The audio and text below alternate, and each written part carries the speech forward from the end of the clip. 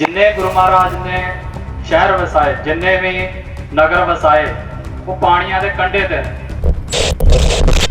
ये इस गल की गवाही भरता है कि पंजाब पानियां तो बिना जिंदा नहीं रहना। सो साडी लड़ाई, साडे हक्कां दी लड़ाई जिहड़ी आ वो पानियां दे उत्ते भी होनी चाहिए है। पंजाब दे पानी, पंजाब दी जमीन, पंजाब दी जायदाद, पंजाब दा टैक्स, ये सारे कुछ दे ते गलबा अण पा के कोई बैठा है तो दिल्ली है। जदों आज़ादी की गल करते हैं, आज़ाद होने की गल करते हैं तो बहुत सारे रस्ते साढ़े सामने खुल जाते हैं कि आज़ादी लैनी किवें। तो UN जिहड़ी है वो अपने आप दे मुल्कां दा समूह आ। इसदा मतलब यह है कि जिस दिन UN कराएगा उस दिन जो भी नतीजा निकलेगा उन्हें मानता मिलेगी। जे लोग वोटां पाउणगे कि खालिस्तान बनना चाहिए तो उन्होंने दुनिया मानता देवेगी। कोई बंदा अपने घर से सुखी सांदी वसन दिया आ, किसी को कोई प्रॉब्लम नहीं गई, तीजे गवांढी को की जरूरत पई है कि बेच आके खुद के कहते कि भाई अपने मसले हल करो। कई बार साडे लीडर इंज कह लग पैंदे आ कि सरकारे खालसा की जिहड़ी गल आ उहनूं खालिस्तान दे नाल जोड़ के बदनाम किया जा रहा। काहदी बदनामी है? खालिस्तान कोई बदनामी का नाम नहीं गा। खालिस्तान साडे लई माण वाली गल आ और इहनूं माण दे नाल ठोक बजा के करया करे कि सानूं चाहीदा आ। साहिब जी दी पावन पवित्र धरती ते इकट्ठे होए गुरु रूप गुरु सवारी खालसा साध संगत जीओ, वाहिगुरू जी का खालसा वाहिगुरू जी की फतेह। पंजाब पानियां दे करके जाणिया जाता है और जिस धरती के उत्ते तुसीं बैठे हो ਇਹਦਾ ਵੀ ਤੁਸੀਂ ਜਿਹੜਾ ਮੁੱਢ ਬਚਿਆ ਵੇਖੋ, ਇਹ ਪਾਣੀਆਂ ਦੇ ਕੰਢੇ ਤੇ। ਜਿੰਨੇ ਗੁਰੂ ਮਹਾਰਾਜ ਨੇ ਸ਼ਹਿਰ ਵਸਾਏ, ਜਿੰਨੇ ਵੀ ਨਗਰ ਵਸਾਏ, ਉਹ ਪਾਣੀਆਂ ਦੇ ਕੰਢੇ ਤੇ ਨੇ। ਇਹ ਜਿੱਥੇ ਪਾਣੀਆਂ ਦੇ ਕੰਢੇ ਤੇ ਨਾ ਵੀ ਵਸੇ ਹੋਣ, ਦਰਿਆਵਾਂ ਦੇ ਕੰਢੇ ਤੇ ਨਾ ਵਸੇ ਹੋਣ, ਤੇ ਜੇ ਉਵੇਂ ਕਿਸੇ ਜਗ੍ਹਾ ਦੇ ਉੱਤੇ ਗੁਰੂ ਮਹਾਰਾਜ ਗਏ ਨੇ ਤੇ ਉੱਥੇ ਜਾ ਕੇ ਜਲ ਦਾ ਸਰੋਤ ਕੋਈ ਨਾ ਕੋਈ ਜ਼ਰੂਰ ਪ੍ਰਗਟ ਕੀਤਾ। ਇਹ ਇਸ ਗੱਲ ਦੀ ਗਵਾਹੀ ਭਰਦਾ ਹੈ ਕਿ ਪੰਜਾਬ ਪਾਣੀਆਂ ਤੋਂ ਬਿਨਾਂ ਜਿਉਂਦਾ ਨਹੀਂ ਰਹਿਣਾ, ਤੇ ना ही मनुखता जिउंदी रहनी है, ते ना ही सिक्खी जिउंदी रहनी है, ते ना ही सिख जिउंदे रहने। सो साडी लड़ाई, साडे हक्कां दी लड़ाई जिहड़ी आ वो पानियां दे उत्ते भी होनी चाहिए है। पर जिहड़ा मौजूदा साडा हालात बन गया वो ये आ कि पानी साडे ने, हक साडा आ, ते इत्थे गलबा किसे होर दा है। जद सिद्धा कहना होवे ते गलबा इत्थे दिल्ली दा आ। पंजाब दे पानी, पंजाब दी जमीन, पंजाब दी जायदाद, पंजाब दा टैक्स, ये सारे कुछ दे ते गलबा अण पा के कोई बैठा है तो दिल्ली है। दिल्ली तो जे आज़ादी लैनी है, जे पानी बचाने ने तो आज़ादी लैनी पैनी है, जे जमीन बचानी है तो आज़ादी लैनी पैनी है, जे अपनी सोच बचानी है तो आज़ादी लैनी पैनी है, जे सिक्खी बचानी है तो आज़ादी लैनी पैनी है। ये तो बिना साडा कोई मसला हल नहीं जी होना। जदों आज़ादी की गल करते हैं, आज़ाद होने की गल करते हैं तो बहुत सारे रस्ते साडे सामने खुल जाते हैं कि आज़ादी लैनी किवें। ਉਹਦੇ ਵਿੱਚੋਂ एक रस्ता ਹੁੰਦਾ रेफरेंडम, ਜਿਹਦੀ ਗੱਲ ਅਸੀਂ 26 जनवरी ਨੂੰ भी ਕੀਤੀ ਸੀ ਤੇ ਉਸ ਤੋਂ ਪਹਿਲਾਂ ਵੀ ਆਪਣੇ ਗੱਲਾਂ ਬਾਤਾਂ ਵਿੱਚ ਕਰਦੇ ਆ ਕਿ ਪੰਜਾਬ ਨੂੰ ਰੈਫਰੈਂਡਮ ਮਿਲਣਾ ਚਾਹੀਦਾ ਹੈ, ਪੰਜਾਬ ਦੇ ਲੋਕਾਂ ਨੂੰ ਸਵੈ ਨਿਰਣੇ ਦਾ ਅਧਿਕਾਰ ਮਿਲਣਾ ਚਾਹੀਦਾ ਹੈ, ਰੈਫਰੈਂਡਮ ਮਿਲੇ। ਔਰ ਉਹਦੇ ਵਿੱਚ ਅਸੀਂ ਇੱਕ ਜਿਹੜੀ ਬਰੀਕੀ ਦੀ ਗੱਲ ਕਰਦੇ ਆ ਉਹ ਇਹ ਆ ਕਿ UN ਦੇ ਅਧੀਨ ਹੋਵੇ। UN ਦਾ ਮਤਲਬ ਜਿਹੜਾ ਸੰਯੁਕਤ ਰਾਸ਼ਟਰ ਆ, ਉਹ ਇਸ ਕਰਕੇ ਕਹਿੰਦੇ ਆ ਕਿ ਉਸ ਤੋਂ ਬਿਨਾਂ ਸਾਨੂੰ ਦੁਨੀਆ ਦੀ ਮਾਨਤਾ ਤੋਂ ਬਿਨਾਂ ਜਿਹੜਾ ਕੋਈ ਵੀ ਮੁਲਕ ਬਣਦਾ ਆ ਉਹਦਾ ਕੋਈ ਹਾਲਾਤ ਨਹੀਂ ਰਹਿੰਦੇ। ਸੋ ਦੁਨੀਆ ਦੀ ਮਾਨਤਾ ਜੇ ਮਿਲਣੀ ਆ ਤੇ ਉਹ UN ਦੇ ਰਾਹੀਂ ਮਿਲਣੀ। सो UN जिहड़ी है वो अपने आप दे मुल्कां दा समूह आ। इसदा मतलब यह है कि जिस दिन UN कराएगा उस दिन जो भी नतीजा निकलेगा उन्हें मानता मिलेगी। जे लोग वोटां पाउणगे कि खालिस्तान बनना चाहिए तो उन्होंने दुनिया मानता देवेगी। ये मतलब हुंदा है UN दा कि जे UN विच इंटरवीन करे तो वह करावे। ते हुण UN इंडिया दे कोलों कराएगा क्यों? UN कोई साडे तुहाडे वर्गी एक दो बंदियां दी संस्था ते है नहीं, ये मुल्कां दा समूह आ। ते मुल्कां दा समूह दा मतलब कि कोई ना कोई मुल्क साडा साडी पिठ दे उत्ते खड़े, कोई ना कोई मुल्क साडी आज़ादी की गल उस टेबल दे उत्ते रखे कि भाई इस सूबे नूं इन्हां लोकां नूं आज़ादी चाहिदी आ ते इन्हां दा हक इन्हां नूं दित्ता जावे। ਉਹਦੇ ਲਈ कोई ना कोई ताकतवर मुल्क साडे मगर जरूर खलोना चाहिए, चाहे वह अमरीका खलोवे, चाहे इंग्लैंड खलोवे, चाहे कनेडा खलोवे, जिहड़ा मर्जी खलोवे, चाहे जर्मन खलोवे, कोई ना कोई मुल्क साडी पिठ दे उत्ते खलोना चाहिए। पर वो पिठ दे उत्ते खलोणगे कदों? अगला सवाल ये आ जाता। हुण कोई बंदा अपने घर दे सुखी सांदी वसन दिया आ, किसी को कोई प्रॉब्लम नहीं गई, तीजे गवांढी को की जरूरत पई है कि बेच आके खुद के कहते कि भाई अपने मसले हल करो। जदों तक असीं नहीं अपना दर्द बयान करते, असीं नहीं घरां चों निकलते, उन्ना चिर तक किसी मुल्क ने भी साडे मगर नहीं खलोना। ਪਹਿਲੀ ਡਿਊਟੀ ਸਾਡੀ ਆ, ਨਾ ਕਿ ਪਹਿਲੀ ਉਹਨਾਂ ਮੁਲਕਾਂ ਦੀ ਕਿ ਉਹ ਸਾਡੇ ਲਈ ਆਵਾਜ਼ ਬੁਲੰਦ ਕਰਨ। ਇੱਥੇ ਕੰਮ ਉਲਟਾ ਹੋਣ ਲੱਗ ਪੈਂਦਾ ਕਈ ਵਾਰੀ।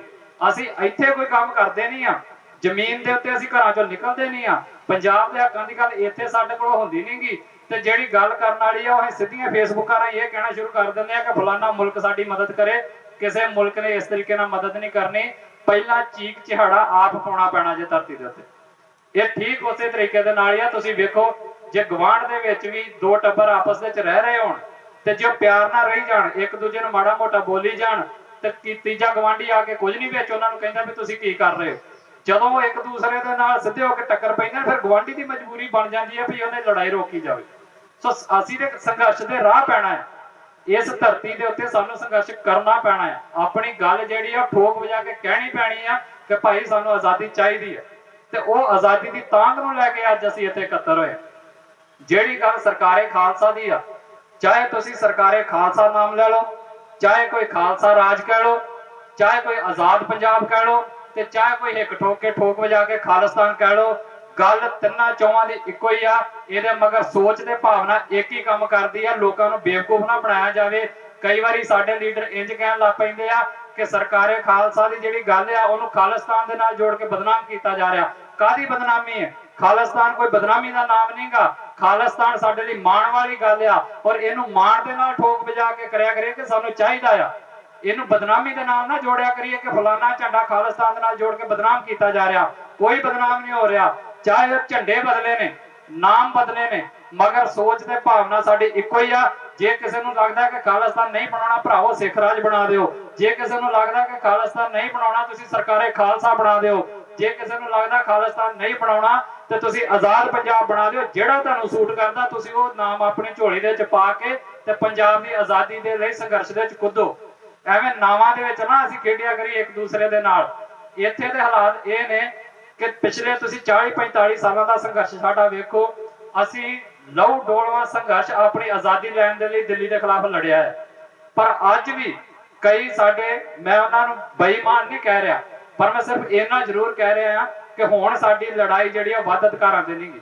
ਅਜੇ ਵੀ ਕਈ ਜਿਹੜੀਆਂ ਮੇਨ ਸਟ੍ਰੀਮ ਪੋਲਿਟਿਕਸ ਦੀਆਂ ਰਾਜਨੀਤਿਕ ਪਾਰਟੀਆਂ ਨੇ ਉਹ ਇਹੀ ਕਹਿੰਦੀਆਂ ਨੇ ਕਿ ਪੰਜਾਬ ਨੂੰ ਵੱਧ ਅਧਿਕਾਰ ਦਿੱਤੇ ਜਾਣ, ਪੰਜਾਬ ਨੂੰ ਜਿਹੜਾ ਇੰਡੀਆ ਦੇ ਵਿੱਚ ਹੀ ਸਪੈਸ਼ਲ ਸਟੇਟਸ ਦਿੱਤਾ ਜਾਵੇ। ਸਾਨੂੰ ਇੰਡੀਆ ਦੇ ਵਿੱਚ ਕੋਈ ਸਪੈਸ਼ਲ ਸਟੇਟਸ ਨਹੀਂ ਚਾਹੀਦਾ।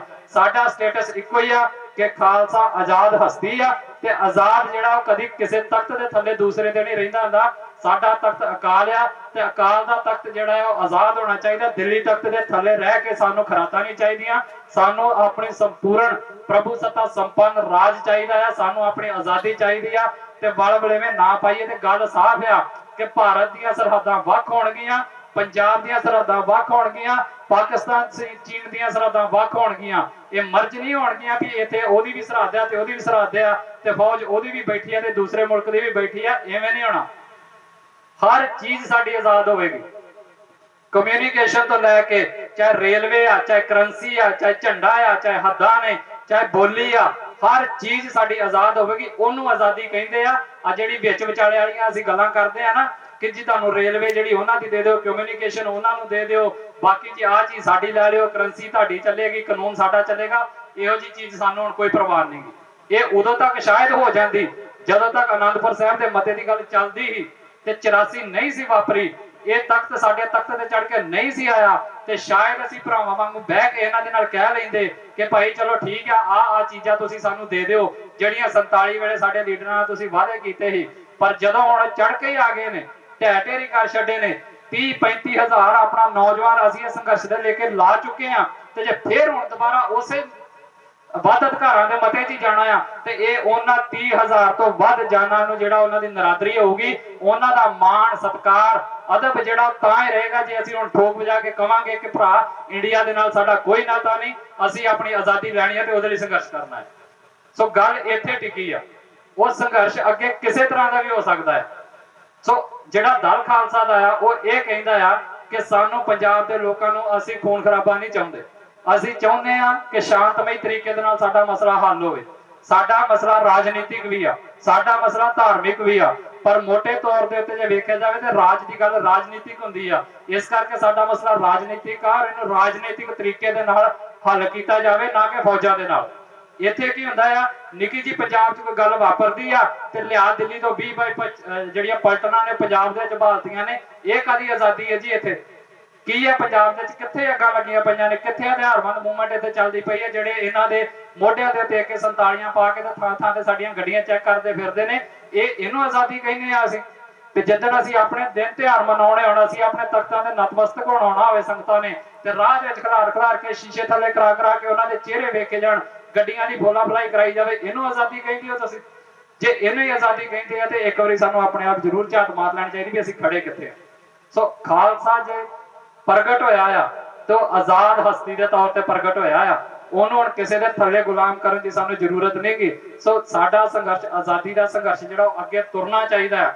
ਜਿਹੜੇ ਦੋ ਝੰਡੇ ਵੀ ਅੱਜ ਚਲਾਏ ਗਏ ਨੇ, ਇਹ ਇੱਕ ਸਰਕਾਰੇ ਖਾਲਸਾ ਦਾ ਝੰਡਾ ਆ, ਦੂਸਰਾ ਮੌਜੂਦਾ ਸੰਘਰਸ਼ ਦੀ ਝੰਡੇ ਦਾ ਇੱਕ ਪ੍ਰਪੋਜ਼ਡ ਝੰਡਾ ਹੈ ਮੌਜੂਦਾ ਸੰਘਰਸ਼ ਦਾ, ਜਿਹਨੂੰ ਅਸੀਂ ਚਾਹੁੰਦੇ ਹਾਂ ਕਿ ਕੌਮ ਇਹਦੇ ਤੇ ਵਿਚਾਰ ਕਰੇ। ਤੇ ਮੌਜੂਦਾ ਸੰਘਰਸ਼ ਦਾ ਇੱਕ ਝੰਡਾ ਜਿਹੜਾ ਆ, ਜਿਵੇਂ ਸਾਰੇ ਮੁਲਕਾਂ ਦਾ ਇੱਕ ਝੰਡਾ ਹੁੰਦਾ ਆ, ਉਸ ਤਰੀਕੇ ਦੇ ਨਾਲ ਆਪਣਾ ਇੱਕ ਝੰਡਾ ਜਿਹੜਾ ਆ ਮੌਜੂਦਾ ਸੰਘਰਸ਼ ਦਾ ਤੈਅ ਹੋਵੇ ਕਿ ਜਿੱਦਣ ਖਾਲਿਸਤਾਨ ਬਣੇਗਾ, ਜਿੱਦਣ ਪੰਜਾਬ ਆਜ਼ਾਦ ਹੋਵੇਗਾ ਤੇ ਉਹਦਾ ਝੰਡਾ ਕਿਹੜਾ ਹੋਵੇਗਾ। ਇਹਦੇ ਲਈ ਅਸੀਂ ਇਹ ਨਹੀਂ ਕਹਿੰਦੇ ਕਿ ਜਿਹੜਾ ਅਸੀਂ ਬਣਾ ਕੇ ਦੇਤਾ ਇਹੀ ਆ, ਪਰ ਇਹਦੇ ਤੇ ਵਿਚਾਰ ਜ਼ਰੂਰ ਹੋਣੀ ਚਾਹੀਦੀ ਆ। ਦੂਸਰਾ ਝੰਡਾ ਇਸ ਗੱਲ ਦੀ ਪ੍ਰਮਾਣਿਕਤਾ ਹੈ, ਇੱਥੇ ਉਹ ਇਸ ਗੱਲ ਦੀ ਗਵਾਹੀ ਭਰਦਾ ਆ ਕਿ ਜਿਹੜਾ ਰਾਜ ਸਰਕਾਰੇ ਖਾਲਸਾ ਦਾ 1849 ਚ ਗਿਆ ਸੀ, ਉਹਦੀ ਕੰਟੀਨਿਊਟੀ ਅੱਜ ਵੀ ਜਾਰੀ ਆ। ਤੇ ਇਹ ਅਸੀਂ ਉਦੋਂ ਤੱਕ ਜਾਰੀ ਰੱਖਣੀ ਹੈ ਜਦੋਂ ਤੱਕ ਸਾਨੂੰ ਆਪਣਾ ਆਜ਼ਾਦ ਰਾਜ ਦੁਬਾਰਾ ਹਾਸਲ ਨਹੀਂ ਹੋ ਜਾਂਦਾ। ਇਹਨਾਂ ਦੋ ਝੰਡਿਆਂ ਦਾ ਮਕਸਦ ਇਹੋ ਹੀ ਆ। ਔਰ ਦੂਸਰਾ ਮਕਸਦ ਇਹ ਹੀ, ਜਿਹੜੀ ਮੈਂ ਗੱਲ ਪਹਿਲਾਂ ਵੀ ਆਖੀ ਆ, ਕਿ ਲੋਕਾਂ ਨੂੰ ਕਨਫਿਊਜ਼ ਨਾ ਕੀਤਾ ਜਾਵੇ, ਲੋਕਾਂ ਨੂੰ ਗੁੰਮਰਾਹ ਨਾ ਕੀਤਾ ਜਾਵੇ। ਇਹ ਕਹਿ ਕੇ ਕਿ ਸਰਕਾਰੇ ਖਾਲਸਾ ਦੀ ਗੱਲ ਤੇ ਕਰ ਲਓ, ਮਹਾਰਾਜਾ ਰਣਜੀਤ ਸਿੰਘ ਦੇ ਰਾਜ ਦੀ ਗੱਲ ਤੇ ਕਰ ਲਓ, ਪਰ ਮੌਜੂਦਾ ਸਮੇਂ ਵਿੱਚ ਖਾਲਿਸਤਾਨ ਦੀ ਗੱਲ ਨਾ ਕਰੋ। ਇਹ ਸਿਰਫ ਨਾਮ ਵੱਖੋ ਵੱਖਰੇ ਨੇ। ਸਿੱਖ ਰਾਜ ਵੀ ਉਹੀ ਹੈ, ਸਰਕਾਰੇ ਖਾਲਸਾ ਵੀ ਉਹੀ ਆ, ਤੇ ਭਵਿੱਖ ਦੇ ਵਿੱਚ ਬਣਨ ਵਾਲਾ ਖਾਲਿਸਤਾਨ ਵੀ ਉਹੀ ਹੋਵੇਗਾ। ਇਸ ਕਰਕੇ ਅਸੀਂ ਇਹ ਕਹਿ ਰਹੇ ਹਾਂ ਕਿ ਜਿਹੜਾ ਨਾਮ ਜਿਹਨੂੰ ਚੰਗਾ ਲੱਗਦਾ ਉਹ ਲਵੇ, ਪਰ ਤੈਅ ਕਰੇ ਕਿ ਮੈਦਾਨ ਦੇ ਵਿੱਚ ਅਸੀਂ ਕੁੱਦਣਾ ਆ। ਔਰ ਕੁੱਦਣ ਦੇ ਨਾਲ ਪੰਜਾਬ ਦੇ ਜਿਹੜੇ ਲੋਕ ਨੇ, ਉਹਨਾਂ ਨੇ ਦਿੱਲੀ ਦੇ ਤਖਤ ਨੂੰ ਚੁਣੌਤੀ ਦੇਣੀ ਆ। ਔਰ ਜਿੱਦਣ ਅਸੀਂ ਚੁਣੌਤੀ ਦੇਣੀ ਸ਼ੁਰੂ ਕਰਾਂਗੇ, ਫੇਰ ਹੀ ਆ ਕੇ ਕੋਈ ਮੁਲਕ ਸਾਡੇ ਮਗਰ ਖੜੇਗਾ। ਜੇ ਸਾਡੀਆਂ ਦੌੜਾਂ, ਸਾਡੀਆਂ ਗੱਡੀਆਂ ਦਿੱਲੀ ਦਰਬਾਰ ਦੇ ਥੱਲੇ ਚੱਟਣ ਨੂੰ ਲੱਗੀਆਂ ਨੇ ਕਿ ਅਸੀਂ ਦਿੱਲੀ ਦਰਬਾਰ ਦੀਆਂ ਜਾ ਕੇ ਕੁਰਸੀਆਂ ਲੈਣੀਆਂ ਨੇ, ਤੇ ਫੇਰ ਸਾਡੇ ਮਗਰ ਕਿਸੇ ਮੁਲਕ ਨੇ ਨਹੀਂ ਜੇ ਖੜਨਾ। ਸਭ ਤੋਂ ਪਹਿਲਾਂ ਰਸਤੇ ਤੈਅ ਕਰੋ। ਸਾਡਾ ਹਾਲਾਤ ਇਹ ਆ ਕਿ ਚੜੇ ਅਸੀਂ ਸ਼ਤਾਬਦੀ ਅੰਮ੍ਰਿਤਸਰ ਤੋਂ ਦਿੱਲੀ ਵਾਲੀ ਆ, ਤੇ ਜਾਣਾ ਅਸੀਂ ਜਿਹੜਾ ਆ ਉਹ ਅੰਮ੍ਰਿਤਸਰ ਹੁੰਦਾ ਆ। ਸੋ ਦਿੱਲੀ ਵੱਲ ਦੀ ਗੱਡੀ ਜਿਹੜੀ ਚੜੇ ਆ, ਉਹਨੇ ਸਾਨੂੰ ਅੰਮ੍ਰਿਤਸਰ ਨਹੀਂ ਜੇ ਲੈ ਕੇ ਜਾਣਾ। ਜੇ ਅੰਮ੍ਰਿਤਸਰ ਪਹੁੰਚਣਾ ਹੈ, ਆਨੰਦਪੁਰ ਪਹੁੰਚਣਾ ਹੈ, ਤੇ ਇੱਧਰ ਦੀ ਗੱਡੀ ਤੇ ਚੜਨਾ ਪੈਣਾ ਜੇ। ਜਿਨ੍ਹਾਂ ਲੀਡਰਾਂ ਨੇ, ਜਿਨ੍ਹਾਂ ਸਾਡੇ ਆਗੂਆਂ ਨੇ ਦਿੱਲੀ ਦੇ ਹੀ ਅਹੁਦੇ ਲੈਣੇ ਨੇ, ਉਹਨਾਂ ਨੂੰ ਮੁਬਾਰਕ, ਉਹ ਲੈਂਦੇ ਰਹਿਣ, ਪਰ ਲੋਕਾਂ ਨੂੰ ਬਦਨਾਮ ਨਾ ਕਰੋ ਜਾਂ ਲੋਕਾਂ ਨੂੰ ਗੁੰਮਰਾਹ ਨਾ ਕਰੋ ਇਹ ਕਹਿ ਕੇ ਕਿ ਦਿੱਲੀ ਦਰਬਾਰ ਦੇ ਵਿੱਚੋਂ ਹੀ ਸਾਨੂੰ ਸਭ ਕੁਝ ਮਿਲਣਾ। ਇੱਥੋਂ ਸਾਨੂੰ ਕੁਝ ਨਹੀਂ ਜੇ ਮਿਲਣਾ। ਸਾਡੀ ਆਜ਼ਾਦੀ ਸਾਨੂੰ ਆਪ ਲੈਣੀ ਪੈਣੀ ਜੇ, ਸੰਘਰਸ਼ ਦੇ ਵਿੱਚ ਨਿਤਰਨਾ ਪੈਣਾ ਜੇ। ਇਹਦੋਂ ਬਿਨਾਂ ਹੋਰ ਕੋਈ ਰਾਹ ਨਹੀਂ ਜੇ। ਲੋਕਾਂ ਨੂੰ ਡਰਾਉਣਗੇ, ਧਮਕਾਉਣਗੇ, ਸਭ ਕੁਝ ਕਰਨਗੇ। ਇਹ ਵੀ ਕਹਿਣਗੇ ਅੱਜ ਤੁਸੀਂ ਇੱਥੋਂ ਨਾਮ ਨਾ ਲਓ, ਕੱਲ ਨੂੰ ਕਹਿਣਗੇ ਝੰਡੇ ਨਾ ਲਾਓ, ਪਰਸੋਂ ਕਹਿਣਗੇ ਤੁਸੀਂ ਆਪਣੇ ਦਿਲ ਦਿਮਾਗ ਦੇ ਵਿੱਚ ਨਾ ਸੋਚੋ। ਇਹ ਇੱਥੇ ਤੱਕ ਵੀ ਆਉਣਗੇ, ਪਰ ਸਾਡੀ ਆਵਾਜ਼ ਬੁਲੰਦ ਆ ਕਿ ਜਿੱਦਣ ਅਸੀਂ ਸਟੇਜ ਤੇ ਵੀ ਬੈਠੇ ਆ, ਇਹ ਝੰਡਿਆਂ ਤੇ ਵੀ ਜਾਵਾਂਗੇ, ਔਰ ਇਹ ਰਾਜ ਦੀ ਸਥਾਪਤੀ ਤੱਕ ਸਾਡਾ ਸੰਘਰਸ਼ ਜਿਹੜਾ ਉਹ ਜਾਰੀ ਰਹੇਗਾ।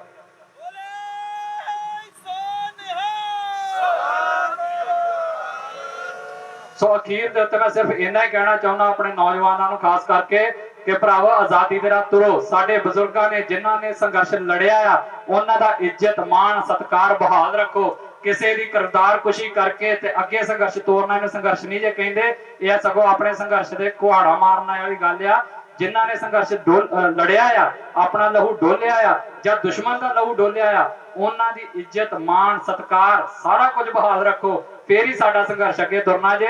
ਜੇ ਮੈਂ ਇਹ ਕਹਾਂ ਕਿ ਪੁਰਾਣਿਆਂ ਨੇ ਕੁਝ ਨਹੀਂ ਕੀਤਾ 40-45 ਸਾਲਾਂ ਦੇ ਵਿੱਚ, ਅੱਜ ਮੈਂ ਹੀ ਆਜ਼ਾਦੀ ਲੈ ਕੇ ਦਵਾਂਗਾ, ਤੇ ਮੇਰੇ ਤੋਂ ਵੱਡਾ ਬੇਵਕੂਫ ਕੋਈ ਨਹੀਂ। ਅਸੀਂ ਅੱਗੇ ਤਾਂ ਹੀ ਤੁਰ ਪਾਵਾਂਗੇ ਜੇ ਜਿਨ੍ਹਾਂ ਨੇ ਸੰਘਰਸ਼ ਇਤਿਹਾਸ ਦੇ ਵਿੱਚ ਲੜਿਆ ਆ, ਉਹਨਾਂ ਨੂੰ ਇੱਜ਼ਤ ਦੇਵਾਂਗੇ, ਉਹਨਾਂ ਦੇ ਕੋਲੋਂ ਸਿੱਖਾਂਗੇ, ਉਹਨਾਂ ਦੇ ਕੋਲੋਂ ਜਿਹੜਾ ਉਹਨਾਂ ਦਾ ਤਜਰਬਾ ਆ ਉਹ ਲੈ ਕੇ ਅੱਗੇ ਤੁਰਾਂਗੇ। ਉਹਨਾਂ ਦਾ ਥਾਪੜਾ ਸਾਡੀ ਪਿੱਠ ਤੇ ਹੋਊਗਾ ਤੇ ਫੇਰ ਹੀ ਨੌਜਵਾਨੀ ਕੋ ਅੱਗੇ ਤੁਰਿਆ ਜਾਣਾ ਜੇ। ਨਹੀਂ ਤੇ ਅਸੀਂ 2 ਕਦਮ ਪੁੱਟ ਕੇ ਤੇ ਕਿਸੇ ਨਾ ਕਿਸੇ ਟੋਏ ਦੇ ਵਿੱਚ ਜਾ ਡਿੱਗਣਾ ਜੇ। ਅਸੀਂ ਉਹ ਕੰਮ ਨਹੀਂ ਕਰਨਾ। ਇੱਕ ਜਿਹੜੇ ਸਮਝ ਦੇ ਨਾਲ ਚੱਲੀਏ, ਔਰ ਜਿਹੜਾ ਆਪਣੇ ਸੰਘਰਸ਼ ਆ, ਜਿੰਨੀਆਂ ਸ਼ਖਸੀਅਤਾਂ ਨੇ ਸੰਘਰਸ਼ ਲੜਿਆ ਆ, ਉਹਨਾਂ ਦੀ ਇੱਜ਼ਤ ਕਰੀਏ। ਪਰ ਸਭ ਤੋਂ ਜ਼ਰੂਰੀ ਚੀਜ਼ ਆ, ਇੱਕ ਚੀਜ਼ ਆਪਣੇ ਮਨ ਦੇ ਵਿੱਚ ਤੈਅ ਕਰ ਲਓ ਕਿ ਦਿੱਲੀ ਵੱਖਰੀ ਆ, ਪੰਜਾਬ ਵੱਖਰਾ ਜੇ, ਇੰਡੀਆ ਵੱਖਰਾ ਆ, ਪੰਜਾਬ ਵੱਖਰਾ ਜੇ। ਇਹਨੂੰ ਰਲਗੱਡ ਕਰਕੇ ਜਿਹੜਾ ਆ ਉਹ ਐਵੇਂ ਮਤਲਬ ਆਪਣੀ ਆਜ਼ਾਦੀ ਦੀ ਲੜਾਈ ਨੂੰ ਨੀਵੀਂ ਨਾ ਕਰੀਏ। ਇਹ ਅਲੱਗ ਅਲੱਗ ਹੀ ਨੇ। ਅਸੀਂ ਆਜ਼ਾਦ ਸੀ ਅਸੀਂ ਆਜ਼ਾਦ ਹੋਣਾ ਆ, ਮੌਜੂਦਾ ਸਮੇਂ 'ਚ ਅਸੀਂ ਗੁਲਾਮ ਆ। ਇਹ ਨਾ ਕਿਹਾ ਕਰੋ ਕਿ ਅਸੀਂ ਇੰਡੀਆ ਦੇ ਵਿੱਚ ਰਹਿੰਦੇ ਆ। ਸੱਚਾਈ ਇਹ ਆ ਕਿ ਇੰਡੀਆ ਦੀਆਂ ਫੋਰਸਾਂ, ਇੰਡੀਆ ਦਾ ਪ੍ਰਸ਼ਾਸਨ ਉਹ ਆ ਕੇ ਪੰਜਾਬ ਦੇ ਵਿੱਚ ਸਾਡੇ ਉੱਤੇ ਰਾਜ ਕਰਦਾ ਪਿਆ, ਨਾ ਕਿ ਅਸੀਂ ਇੰਡੀਆ ਦੇ ਵਿੱਚ ਰਹਿ ਰਹੇ। ਇਹ ਨਿੱਕੀਆਂ ਨਿੱਕੀਆਂ ਗੱਲਾਂ ਨੇ, ਇਹਨਾਂ ਨੂੰ ਜ਼ਰੂਰ ਆਪਣੇ ਜਿਹੜਾ ਦਿਲ ਦਿਮਾਗ ਦੇ ਵਿੱਚ ਰੱਖੋ। ਜਿਹੜੇ ਸਾਡੇ ਨੌਜਵਾਨ ਬਾਹਰ ਬੈਠੇ ਨੇ ਜਾਂ ਜਿਹੜੇ ਬਾਹਰੋਂ ਆਉਂਦੇ ਨੇ ਇੱਧਰ, ਉਹ ਆਪਣੇ ਫੋਨਾਂ ਦੇ ਉੱਤੇ ਵੀ ਖਾਸ ਤੌਰ ਤੇ ਗੱਲਾਂ ਕਹਿਣੀਆਂ ਸ਼ੁਰੂ ਕਰੋ ਆਪਣੇ ਪਰਿਵਾਰਾਂ ਦੇ ਵਿੱਚ। ਜਦੋਂ ਕਹਿੰਦੇ ਹੋ ਨਾ ਵੀ ਕੈਨੇਡਾ ਤੋਂ ਚੱਲੇ ਆ, ਅਮਰੀਕਾ ਤੋਂ ਚੱਲੇ ਆ, ਤੇ ਇਹ ਨਾ ਕਿਹਾ ਕਰੋ ਇੰਡੀਆ ਚੱਲੇ ਆ, ਕਿਹਾ ਕਰੋ ਕਿ ਅਸੀਂ ਪੰਜਾਬ ਚੱਲੇ। ਜੇ ਇੰਡੀਆ ਕਹਿਣਾ ਤੇ ਇਹ ਕਿਹਾ ਕਰੋ ਵੀ ਦਿੱਲੀ ਜਾਣਾ ਇੰਡੀਆ, ਉੱਥੋਂ ਜਾਣਾ ਪੰਜਾਬ ਆ। ਵਾਇਆ ਜਿਹਨੂੰ ਕਹਿੰਦੇ, ਅਸੀਂ ਕਹਿੰਦੇ ਨਾ ਵੀ ਇੱਥੋਂ ਅਸੀਂ ਕੈਨੇਡਾ ਚੱਲੇ ਆ ਜੀ, ਵਾਇਆ ਦੁਬਈ ਜਾਣਾ ਆ ਜਾਂ ਵਾਇਆ ਸਿਟੀ ਨਹੀਂ ਜਾਣਾ। ਇਹ ਕਹਿ ਲਿਆ ਕਰੋ ਵੀ ਜਾਣਾ ਵਾਇਆ ਇੰਡੀਆ, ਪਰ ਜਾਣਾ ਅਸੀਂ ਪੰਜਾਬ ਆ। ਇਹ ਗੱਲਾਂ ਭਾਵੇਂ ਵੇਖਣ ਨੂੰ ਸਾਨੂੰ ਨਿੱਕੀਆਂ ਨਿੱਕੀਆਂ ਲੱਗਣ, ਪਰ ਇਹੀ ਹੁੰਦੀਆਂ ਨੇ ਜਿਹੜੀ ਸਾਡੇ ਅੰਦਰ ਦ੍ਰਿੜਤਾ ਪੈਦਾ ਕਰਦੀ ਹੈ ਕਿ ਅਸੀਂ ਇਹਨਾਂ ਨਾਲੋਂ ਵੱਖਰੇ ਆ, ਅਸੀਂ ਇਹਨਾਂ ਨਾਲੋਂ ਨਿਆਰੇ ਆ। ਸੋ ਸਾਡੀ ਖਾਲਸੇ ਦੀ ਨਿਆਰੀ ਹੋਣ ਦਾ ਅਸੀਂ ਤਾਂ ਹੀ ਬਰਕਰਾਰ ਰਹਿਣੀ ਆ ਜੇ ਅਸੀਂ ਆਜ਼ਾਦ ਹੋਵਾਂਗੇ। ਸੋ ਉਹਦੇ ਲਈ ਸੰਘਰਸ਼ ਕਰੀਏ। ਸੋ ਇਹਨੀਆਂ ਗੱਲਾਂ ਦੇ ਨਾਲ ਮੈਂ ਖਿਮਾ ਦਾ ਜਾ ਚੁੱਕਿਆ। ਵਾਹਿਗੁਰੂ ਜੀ ਕਾ ਖਾਲਸਾ, ਵਾਹਿਗੁਰੂ ਜੀ ਕੀ ਫਤਿਹ।